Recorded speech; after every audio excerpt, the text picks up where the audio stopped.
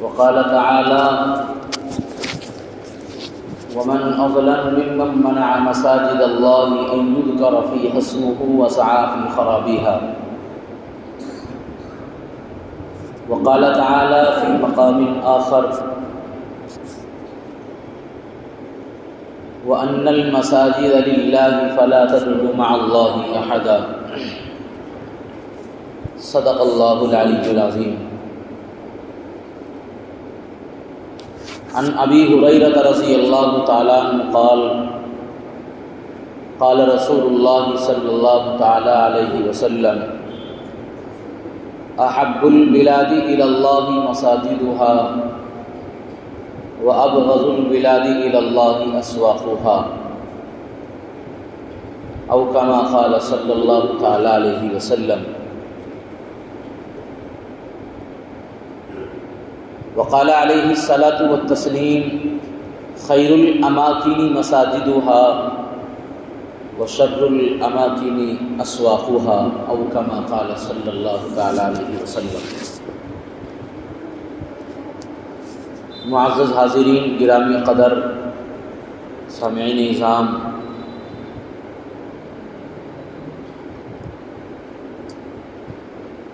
اللہ رب العزت والجلال نے ہمیں اس دنیا میں وجود دیا ہے تو یقیناً اللہ تبارک و تعالیٰ کا کچھ نہ کچھ مقصد ہے، اور اس مقصد کو باری تعالیٰ نے قرآن کریم میں بارہا ارشاد بھی فرمایا ہے.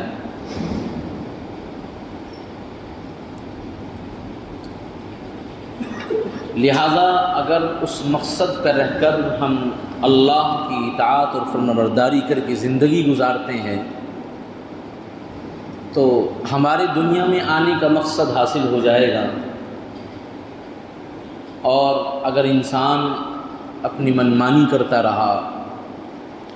اور اپنی مرضی کے مطابق زندگی بسر کرتا رہا تو زندگی تو گزر جائے گی، وقت گزرنے والی چیز ہے، ایک نہ ایک دن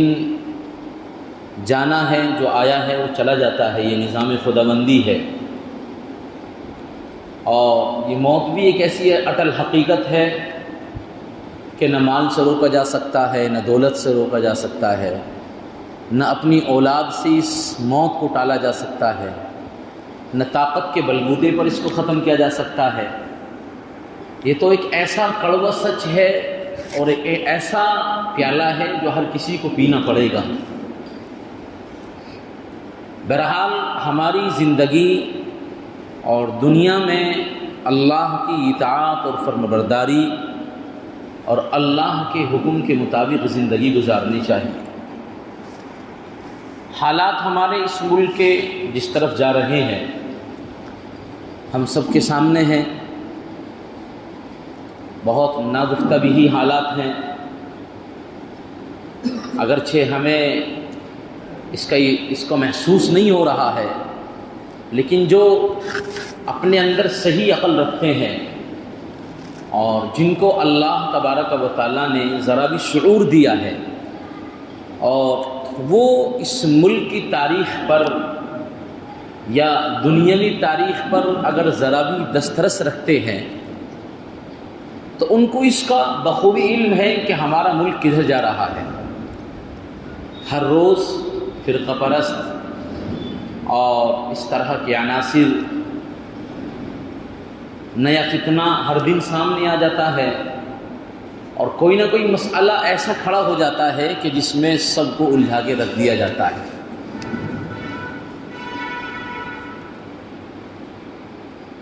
یہ موجودہ حکومت اور کچھ فرقہ پرست طاقتیں، کچھ ایسے عناصر قسم کے لوگ کہ جو ملک میں امن و امان چاہتے ہی نہیں ہیں یا اس ملک کی سالمیت کی بقا کو نہیں چاہتے ہیں، اور اس ملک کا جو ایک گنگا جمنی تہذیب کا جو ایک نظام ہے جو یہاں بابا راؤ امبیڈکر کی جانب سے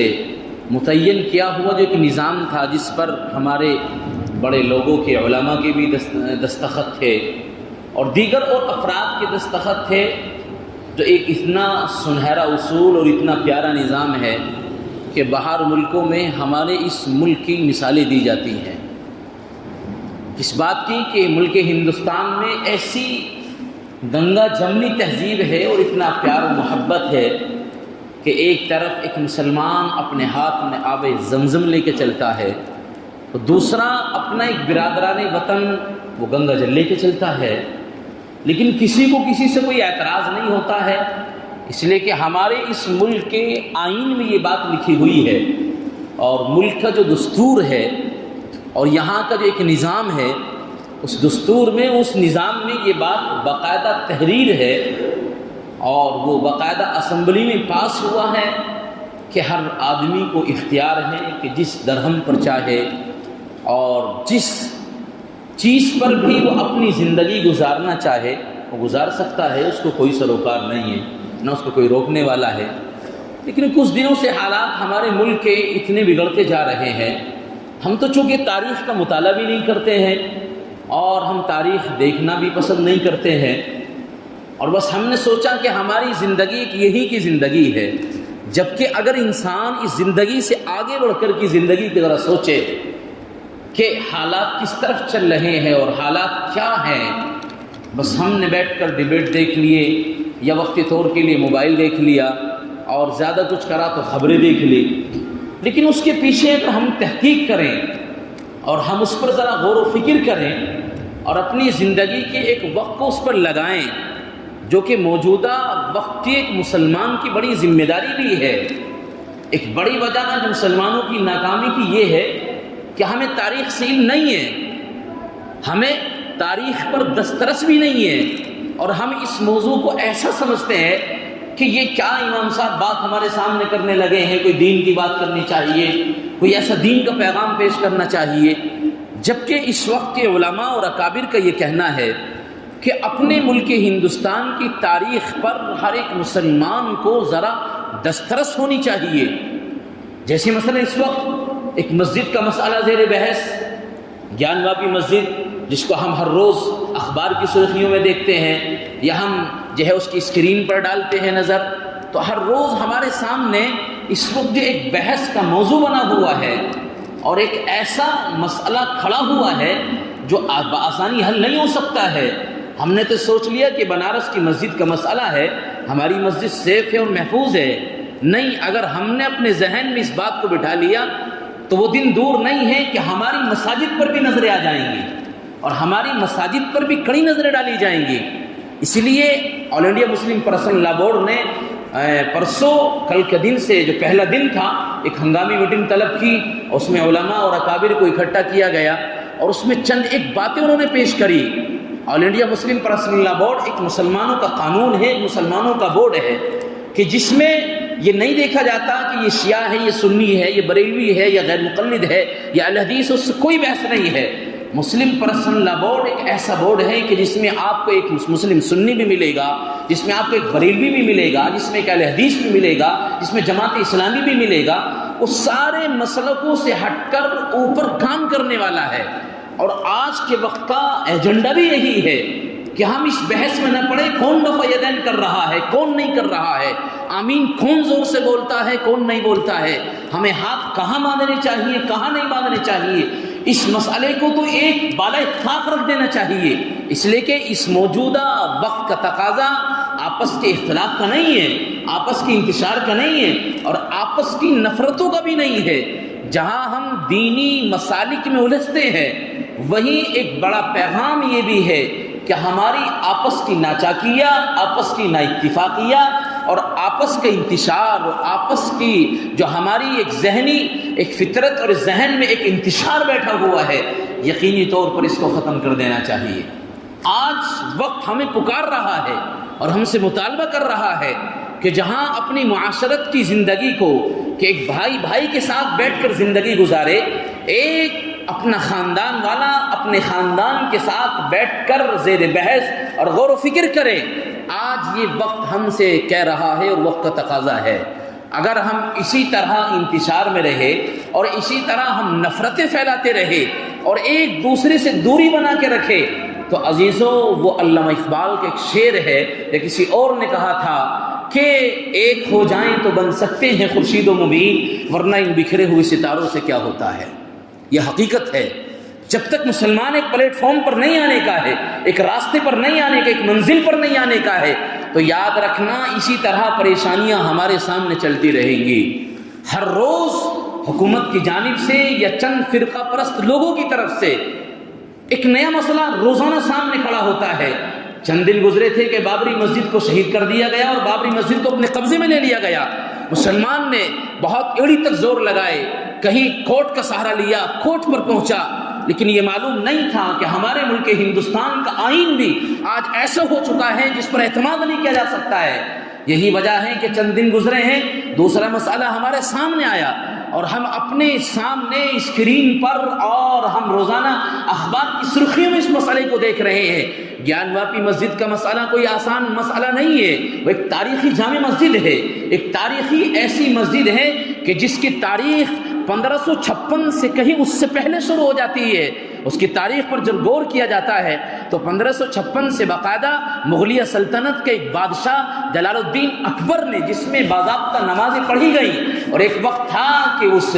گیان واپی جامع مسجد میں بڑے بڑے علماء اور بنارس شہر سے ارد گرد اور علاقے سے تعلق رکھنے والے بڑے اکابر اس میں نماز جمعہ پڑھنے کے لیے پہنچا کرتے تھے۔ بنارس ہی کے ایک بڑے عالم تھے، ان کا نام ذکر کیا گیا، ان کے تعلق سے لکھا کہ جمعے کی نماز پڑھنے کے لیے گئے تو وقت کے خطیب نے اپنے خطبے میں اکبر کا نام لے دیا، تو مولانا نے اتنا ناگواری کا اظہار کیا کہ یہ کیوں ایسے آدمی کا اپنے خطبے میں نام لے رہا ہے، اور انہوں نے چاہا کہ خطیب کو ممبر سے ہٹا دیا جائے، لیکن حالات کے پیش نظر چند اور اکابر علماء نے کہا کہ مسئلہ صحیح نہیں ہے۔ تو بہرحال یہ گیان واپی مسجد، ہم نے سوچا کہ ایک مسجد کا نام ہے اور نہ جانے کتنے مسلمان تو وہ ہیں کہ جن کے ذہنوں میں یہ ہے کہ اس مسجد کا نام ہی گیان واپی مسجد ہے، اس لیے کہ اس کو اس نام سے موسوم کیا جاتا ہے، جبکہ حقیقت یہ ہے کہ اس مسجد کا نام گیان واپی مسجد نہیں ہے، بلکہ گیان واپی تو ایک محلے کا نام ہے، بنارس کی اس جگہ کا نام ہے جس جگہ پر اس مسجد کا قیام ہے اور جس جگہ پر اس مسجد کا وجود ہے۔ آج چند فرقہ پرست طاقتیں اس پر نظر ڈالنے کے بعد اور ہر چند کوشش کر رہے ہیں کہ اس مسجد کو بعین ہی اسی مسجد کی طرح اپنے قبضے میں لیا جائے اور اس مسجد پر اپنا قبضہ جمانے کے بعد اپنی مرضی کے مطابق استعمال کیا جائے، جبکہ انشاءاللہ ہمیں یقین کامل ہے ایک مسلمان اگر صحیح معنی میں مسلمان ہو گیا اور ایک ایمان والا اپنے ایمان کے بلبوتے پر زندگی گزارنے لگا تو وہ اپنے ایمان کے بلبوتے پر، آل انڈیا مسلم پرسنل لا بورڈ نے اپنی میٹنگ میں ایک بات بھی کہی ہے کہ عوام سے ہم یہ اپیل کرتے ہیں، کسی ہم عوامی مہم کا آغاز کرنے والے ہیں۔ مسلم پرسنل لا بورڈ کی میٹنگ میں یہ بات کیا ہوئی کہ عوامی مہم کا آغاز کرنے والے ہیں۔ عوامی مہم سے مراد یہ ہے کہ عوام کو پکارا جائے گا، عوام کو کوئی پیغام دیا جائے گا اور عوام کے سامنے کوئی بات رکھی جائے گی۔ اس لیے پہلے ہی بورڈ نے اس بات کو یہ بات سامنے رکھ دی ہے کہ عوام پس و پیش نہ کرے، عوام اس میں اپنے عذر کا اظہار نہ کرے اور عوام اس میں جو ہے پیچھے ہٹ کر نہ رہے، بلکہ بورڈ اور ہمارے اکابر، ہمارے علماء جس کام کے لیے بلائیں اور جس وقت وہ مطالبہ کریں اور جس وقت تقاضا رکھیں، ہمارا ایمان اگر اندر ہے، اس لیے کہ زندہ قومیں ہی زندگی گزارتی ہے اور جن قوموں کا دل مردہ ہو جاتا ہے ان کی زندگی عجیب بسر ہونے لگتی ہے۔ آج مساجد پر نظر ڈالنا، آپ اس کے پیچھے بھی ذرا جائیے اور اس کے پس منظر کو دیکھیے، مساجد پر نظر پڑ رہی ہے تو کمیاں ہماری ہے، یہ مساجدیں ویران پڑی ہوئی ہے، ان مساجد میں نمازیاں نظر نہیں آتے ہیں، یہ مساجدیں اتنی بڑی اور اتنی وسیع و عریض میں بنا دی گئی ہے کہ وقت کے بادشاہوں نے سوچا کہ ان مساجد کے جو ہے طول عرض کو اتنا وسیع کر دیا جائے کہ یہاں ہر ایک مسلمان آئے گا، مسلمان پہنچے گا اور نماز پڑھے گا۔ انہوں نے اس بات کا تہیہ کر کے، ارادہ کر کے، اور وقت کی حکومت اور وقت کے بادشاہوں نے اس بات کا ارادہ کر کے انہوں نے اس کو وجود دے دیا، لیکن آج حالات یہ ہے کہ وہ بڑی بڑی مساجد بھی ویران نظر آتی ہے اور ان مساجدوں میں نمازیاں نظر نہیں آتے ہیں۔ جب ہم اپنی محلے کی مسجدوں کو دیکھ سکتے ہیں اور ہم اپنی محلے کی مسجدوں کا جائزہ لے سکتے ہیں کہ ہمارا مسلمان بھائی اور ہمارا ایمان والا وہ بستروں پر سو کر زندگی گزار رہا ہے، تو پھر اگر غیر ہماری مسجد پر نظر ڈالے تو دشواری کیا ہے اور پریشانی کیا ہے؟ اگر ہمیں مقابلہ کرنا ہے اور ہمیں اس کا جواب دینا ہے تو عزیزو ہمیں مساجد کو بھرنا ہوگا اور مساجد میں ہمیں آ کر نمازیں پڑھنی ہوں گی۔ اگر ہم اسی طرح زندگی گزارتے رہے کہ مساجد سے دور رہے اور مساجد سے دور کی زندگی گزاری تو کوئی دن ایسا آنے والا ہے کہ ان مساجد کو منہدم کر دیا جائے گا۔ بہت کوششوں کے باوجود ہم اس مسجد کو نہیں روک پائے اور اب کوششیں جاری ہیں۔ ابھی 3 بجے سپریم کورٹ کا باقاعدہ سنوائی ہوگی اور اس کا پیغام آئے گا۔ حالانکہ سپریم کورٹ نے یہ پیغام دیا کہ جو نچلی عدالتیں ہیں، یعنی بنارس کی جو نچلی عدالت ضلعی عدالت ہوتی ہے، سب سے پہلے اس میں کورٹ میں مقدمہ ڈالا گیا تھا، انہوں نے فوراً قبول کیا، اس لیے کہ جس جگہ کے آس پاس کے مقدمے کو ڈالا جاتا ہے وہ تو منتظر رہتے ہیں کہ کوئی ہمارے پاس مقدمہ آئے۔ تو بنارس کی ضلعی انتظامیہ نے فوراً اس کو قبول کیا اور فوراً فیصلہ سنا دیا کہ یہاں ہمارے بھگوان کی کچھ آثار نظر آتے ہیں اور یہاں کچھ ایسی چیزیں نظر آتی ہیں جس میں ہمیں لگتا ہے کہ یہاں مندر کو توڑ کر مسجد بنائی گئی ہے، جبکہ گیان واپی مسجد کی تاریخ کی پوری آج تاریخ بالکل پس منظر ہے۔ اور اللہ جزائے خیر دے وقت کے امام کو جو گیان واپی کی جامع مسجد میں اس وقت نماز کے فرائض انجام دے رہے ہیں اور خطابت کے فرائض انجام دیتے ہیں، وقت کے امام نے تقریباً 8 سے 10 صفحوں پر 8 سے 10 پیج پر گیان واپی مسجد کی تاریخ پیش کری ہے اور 1556 سے لے کر کے تاریخ بتاریخ اور آئین با آئین اور سارے ائمہ کے نام ذکر کر کے انہوں نے اس بات کا ثبوت پیش کیا ہے جو وقت کے امام ہے کہ اس مسجد کو کسی مندر کو توڑ کر نہیں بنایا گیا ہے، اس مسجد کا اپنا ایک وجود ہے، اس مسجد کی اپنی ایک حیثیت ہے، اس مسجد کا اپنا ایک مقام ہے۔ ایسا تو ہو ہی نہیں سکتا ہے کہ مسلمان یہ کام کرے کہ کسی دوسری مذہب کی کسی عبادت خانے کو توڑ دیا جائے اور وہاں مسجد تعمیر کی جائے۔ مسلمان کا عقیدہ بھی نہیں ہے۔ مسلمان تو کوشش یہ کرتا ہے کہ مسجد کے لیے پاک صاف جگہ انتخاب کی جائے اور ایسی جگہ کا انتخاب کیا جائے جو ہر طریقے سے پاک ہو، نزاعت سے پاک ہو، جھگڑے سے پاک ہو اور ہر طریقے سے صاف اور ستھری ہو۔ مسلمان تب اس پر مسجد کی بنیاد رکھنا چاہتا ہے۔ تو اس کو مسلمان کیسے مان سکتا ہے کہ مندر توڑ کر مسجد بنائی جائے؟ لیکن چونکہ فرقہ پرست طاقتیں ہیں، چند عناصر لوگ ہیں جو ملک کے ماحول کو خراب کرنا چاہتے ہیں۔ برادران وطن میں سب نہیں ہیں۔ آپ ابھی یوٹیوب پر جائیے، ایک بڑے وہ ہیں سوامی جی، انہوں نے ابھی انٹرویو دیا، آج کا تازہ انٹرویو ہے، انہوں نے سر عام یہ بات کہی ہے کہ گیان واپی مسجد کی اگر ایک اینٹ کو توڑا جائے تو میری لاش سے گزرنا ہوگا۔ گیان واپی کی مسجد کی تاریخ ایک اپنی تاریخ ہے، کسی مندر کو توڑ کر مسجد نہیں بنائی گئی ہے۔ ایک باقاعدہ اینکر ان کا نیوزر ان کا انٹرویو لے رہا ہے اور انہوں نے ڈنکی کی چوٹ پر سر عام یہ بات کہی ہے، جبکہ تلک لگا ہوا ہے اور وہ سامی ہے اور بڑے آچاریہ ہیں، لیکن اپنی زبان پر ذرا بھی پرسو پیش نہیں کر رہے ہیں اور انہوں نے اینکر کو اپنی زبان کھول کر یہ بات کہی ہے وہ مسجد کسی مندر کو توڑ کر نہیں بنایا گیا ہے۔ اس پر خاموشی کے ساتھ فیصلہ سنا دیا جائے کہ مسجد اپنی جگہ صحیح مسجد ہے، اور یہی تو وجہ ہے کہ سروے کیا گیا اور وہ کیا نام اس کا فوٹوگرافی کی گئی، تو تہخانوں کے سارے 5 کمروں کو فوٹوگرافی کی گئی، سروے کیا گیا، مسجد کی ایک اینٹ کا سروے کیا گیا، ایک دیوار کا اس میں فوٹوگرافی کی گئی۔ جب کہیں کچھ نظر نہیں آتا ہے تو چند فرقہ پرست طاقتیں ہیں جو ایک ایسا مسئلہ پیش کر دیتے ہیں کہ کسی طرح سے مسئلہ تو نکالا جائے، کچھ تو اپنا ایسا قدم رکھا جائے کہ جس پر کورٹ پر ہی بات کہہ سکیں اور کورٹ کو ہم مقدمہ دائر کر سکیں۔ لیکن آپ دعا کریں اس مسجد کے لیے، جامع مسجد کی تاریخ کو آپ پڑھیے اور جامع مسجد کی اس شہر کی تاریخ کا آپ مطالعہ کیجئے کہ کیا اس کی تاریخ ہے۔ ہمارے اکابر نے، ہمارے علماء نے اور ان حکومتوں نے کہ جو مغلیہ سلطنت کے بڑے بڑے بادشاہ رہے ہیں، جنہوں کا کام یہ رہا ہے، اور اس کے بعد بھی جو بڑے حکومت کو سنبھالنے والے جنہوں نے سب سے پہلے اس کام کو کیا کہ مساجد بنائی جائے اور مدارس کی تعمیر کی جائے۔ باقاعدہ شاہجہاں نے تو اس مسجد میں جو گیان واپی مسجد، اس میں ایک مدرسہ بھی مدرسہ بھی اس میں جو ہے انتخاب کرایا اور مدرسے کی تعمیر بھی کرائی ہے۔ لیکن یہ مسئلہ اتنے دن سے کھڑا ہوا ہے